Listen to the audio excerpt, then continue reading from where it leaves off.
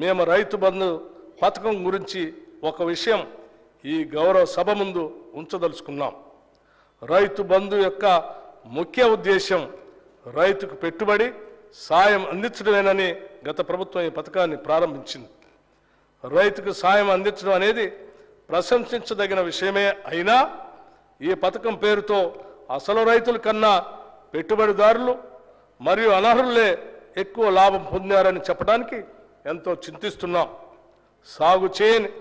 సాగు చేయటానికి పనికిరాని కొండలు, గుట్టలు, ఆఖరికి రోడ్లు ఉన్న స్థలానికి కూడా రైతు బంధు సాయం ఇచ్చారు.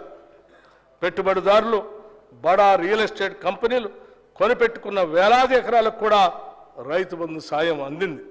ఇది అక్రమం. ఇచ్చిన జీవోకి విరుద్ధంగా పథకాన్ని వర్తింపచేయటం అనేది గత ప్రభుత్వానికే సాధ్యమైంది. జరిగిన ఈ అక్రమాల కారణంగా మేము రైతు బంధు నిబంధనలను పునఃసమీక్ష చేసి నిజమైన అర్హులకి రైతు భరోసా కింద ఎకరానికి 15,000 రూపాయలు అందించేందుకు కృతనిశ్చయంతో ఉన్నాం. గతంలో భిన్నంగా మేము కౌలు రైతులకు కూడా రైతు భరోసా సాయాన్ని ఇవ్వటానికి మార్గదర్శకాలు సిద్ధం చేస్తున్నాం.